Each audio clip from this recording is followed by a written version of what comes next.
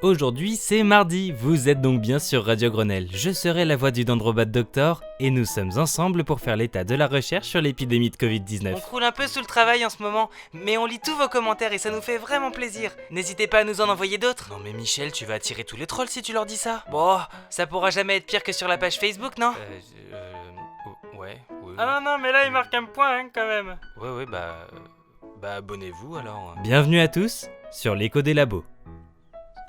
Fake de la semaine. Je vous ai déjà parlé d'Elisabeth Bick ? Oui. Et je vous ai déjà parlé de ceux qui combattent les fakes ? Ouais. Vous voulez que je vous en présente de nouveau ? Ouais. Merde, Michel il respire plus. Elisabeth Bick, c'est pas un stylo. Le collectif FakeMed est un collectif de médecins qui luttent contre les pseudo-médecines et les dérives médicales. Et il mouille la chemise. Comment ça, il mouille la chemise? Lorsqu'ils ont publié une tribune rappelant que, en plus de 180 ans, jamais aucune preuve de l'efficacité de l'homéopathie n'avait pu être apportée, et que ceux qui la prescrivaient ne faisaient donc pas de la médecine basée sur les preuves, comme ils sont censés le faire d'après le code de déontologie, plusieurs ont pris des blâmes. Pour non-confraternité. Ceux qui les ont attaqués ont refusé de débattre sur le fond, et le Conseil de l'ordre Avec un O majuscule. a suivi, ce qui est donc une manière intéressante de dire « Effectivement, vous avez raison, mais c'est pas très gentil de le dire. Vous êtes donc punis. Autant vous dire que les gars, ils n'ont pas peur de grand chose quand il est question de se frotter à l'ordre, ce qu'ils ont fait de nouveau cette semaine. Ah. Puisque l'ordre des médecins refuse de bouger de lui-même, ils ont décidé de le saisir pour l'obliger à se prononcer sur les cas de Martine Voneur. J'ai déjà parlé à de nombreuses reprises de Madame Voneur et des différentes fausses informations qu'elle diffusait parfois en pleine séance de l'Assemblée nationale. Comme le fait que la Belgique avait autorisé l'hydroxychloroquine. Faux. Ou que, grâce à ce traitement, les hôpitaux du Brésil étaient vides. Méga faux. Porte-à-faux. Mais il est important de comprendre que son statut de médecin Même si elle est psychiatre et qu'elle n'a jamais soigné un seul patient Covid, hein. donne du poids à ce genre de discours. La plainte du collectif FakeMed Qu'ils ont annoncé sur leur fil Twitter, le lien est dans la description. est un rappel important que la désinformation, quand elle vient de médecins et de chercheurs, est une faute encore plus grave que quand elle vient de qui que ce soit d'autre. Découverte de la semaine. Comment faire progresser la vaccination en France ? En lui donnant des cours particuliers de mathématiques. Michel, mais tais-toi.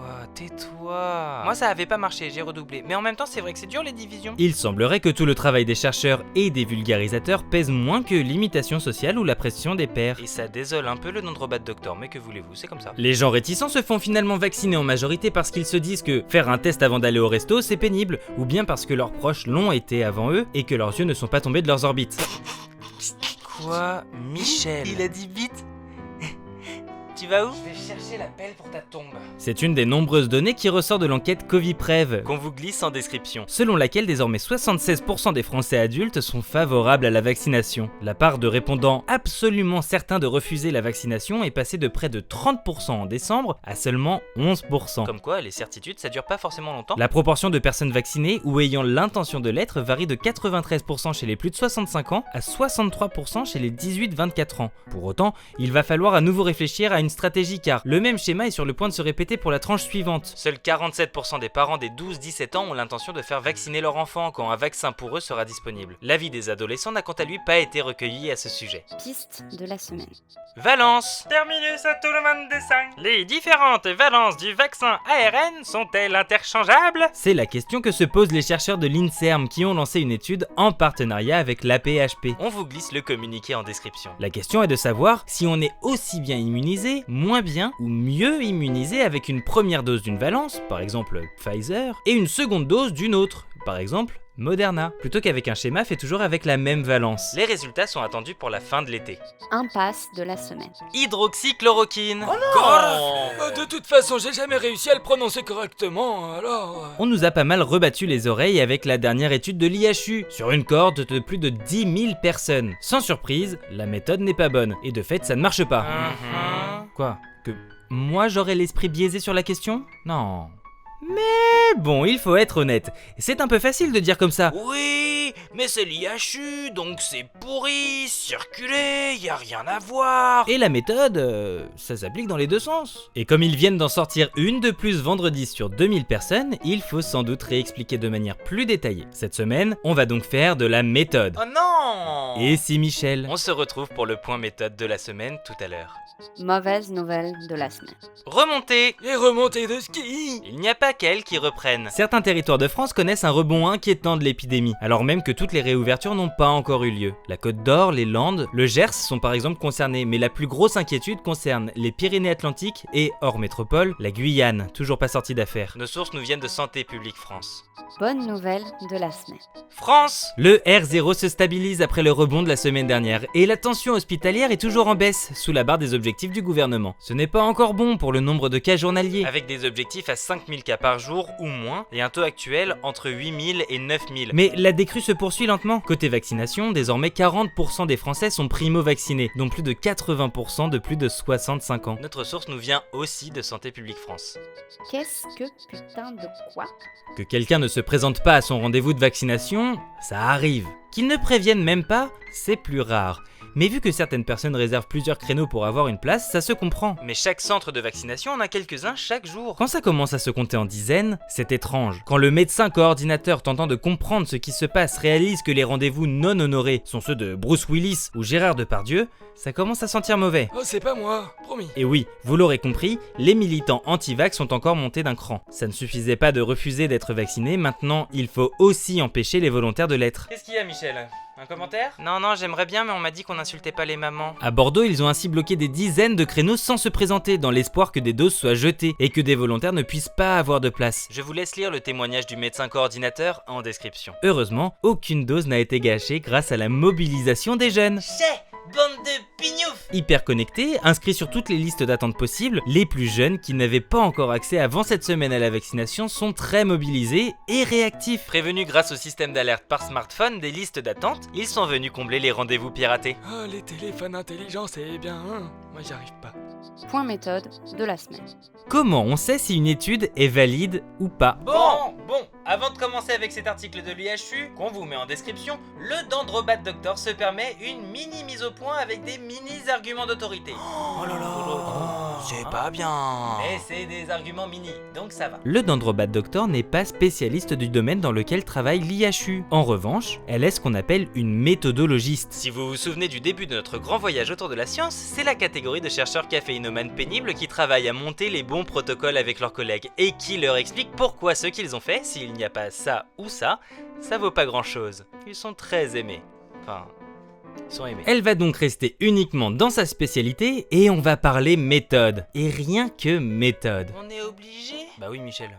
On est là pour. Tout d'abord, l'étude est un préprint, ce qui veut dire qu'elle n'a pas été relue par les pairs et doit être prise avec de menues pincettes. Le site de l'IHU lui-même dit qu'elle n'est pas encore acceptée. Il n'y a donc absolument pas lieu de la présenter comme une étude importante aux résultats majeurs tant qu'elle n'est pas vérifiée. Lorsqu'on parcourt la liste des publications de l'IHU, on remarque l'existence d'une autre publication au nom extrêmement similaire. Vous la retrouverez bien évidemment en description. Seul le nombre de patients, 2111 pour nous, contre 3737 pour l'ancienne version, et l'ajout du terme monocentrique sur la nouvelle change. Ce n'est pas une bonne nouvelle puisque ça veut dire qu'il existe une autre étude plus puissante et antérieure. Nous sommes donc en train de lire quelque chose qui est, en théorie, moins intéressant que ce qui avait déjà été fait. Comment ça, moins intéressant? Déjà parce que plus une étude a de patients, plus ses résultats sont fiables. On se prive donc d'environ un tiers de l'échantillon. Soit 1500 personnes à peu près. Bah oui, mais... Ensuite, parce que monocentrique, ça veut dire réalisé dans une seule structure, en l'occurrence l'IHU. Or, il est connu que l'IHU n'a aucun lit de réanimation et que, de fait, le sort des patients devenant grave ne pourra être suivi correctement puisqu'ils se font forcément évacuer. Bah oui, mais bon, après, il y a aussi le... En plus de ça, lorsqu'on regarde cette précédente étude, on voit qu'elle a été réalisée aussi par une trentaine de personnes, quasiment exactement la même équipe. Si ce n'est la disparition des membres qui avaient été extérieurs à l'IHU lors de l'étude précédente, tels Gobert ou De Haro. Ce qui nous donne une étude presque 100% IHU. Or, les regards extérieurs sont importants, et cette étude en est privée. Surtout l'étude précédente avait de gros biais méthodologiques en ce qui concernait notamment le groupe contrôle. Et on a là quelque chose de similaire par la même équipe, en moins puissant. Logiquement, le Dendrobat Doctor va avant tout regarder si les biais signalés dans l'étude précédente ont été corrigés cette fois-ci. Ah bah oui, c'est logique. Les données concernant la méthode commencent ligne 106. Or, de la ligne 139 à la ligne 143, on comprend qu'il n'existe pas de groupe contrôle à proprement parler. C'est pas bien. On va faire ça, c'est mal. Les seuls patients témoins sont ceux qui avaient des comorbidités leur contre-indiquant l'hydroxychloroquine. Comme d'importants troubles cardiaques. Logiquement, et peu importe l'effet de la molécule, il est normal que ce type de patient meure plus que les autres. Ah oui, c'est logique. C'est logique, mais c'est surtout un problème majeur. Et si on n'était pas dans une démarche pédagogique ici, Un problème éliminatoire. Si on regarde plus précisément la composition des groupes, page 28, on constate que le groupe contrôle est beaucoup plus vieux. Le groupe test a en moyenne 63 ans et le groupe contrôle a en moyenne 70 ans. Or, la mortalité du Covid augmente de manière exponentielle avec l'âge. un patient infecté entre 60 et 69 ans a 3,6% de risque de mourir. Mais celui infecté entre 70 et 79 ans en a 8%. Et ça, c'est selon Santé publique France. Même sans autre facteur, une mortalité 2 fois supérieure du groupe contrôle serait donc parfaitement normale. Le groupe contrôle est aussi beaucoup plus à risque. Près de 25% de plus d'hypertension, plus de 50% de plus de maladies cardiaques chroniques, logiquement avec ce qui a été dit plus haut,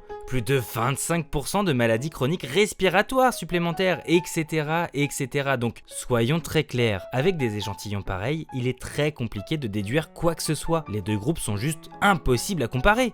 Mais admettons qu'on veuille regarder quand même. Il faut avoir conscience que la mortalité du groupe contrôle doit, De base, être supérieure au groupe traité de plus de 110%. entre l'écart de mortalité des classes d'âge et l'ajout des comorbidités. En cherchant le tableau des mortalités, le Dendrobat Doctor a commencé par erreur par lire celui présenté figure 3, Page 25. qui est en fait une comparaison de la mortalité pendant la première vague, C'est donc clairement hors sujet par rapport à l'étude. entre l'IHU Qui n'a, on le rappelle, aucun lit de réanimation, qui ne reçoit donc pas de patients graves. et le reste de la France. Elle ne saura pas fournir d'explication à la présence de ce tableau dans cette étude. Moi non plus, je saurais pas. Oui, mais toi Michel, ton avis on s'en cogne. Au tableau 5, page 22, la mortalité est notamment donnée par âge, sans différence entre le groupe contrôle et le groupe testé, et il est possible de voir qu'elle suit simplement l'augmentation de la mortalité par âge. Donc, rien de probant quoi. Le bas du tableau 1 Page 18. nous montre que nous allons encore avoir un problème pour réussir à lire les données. Les patients ont été traités par hydroxychloroquine pour 1270 d'entre eux, par zinc pour 1302 d'entre eux et pour 530 par dexaméthasone.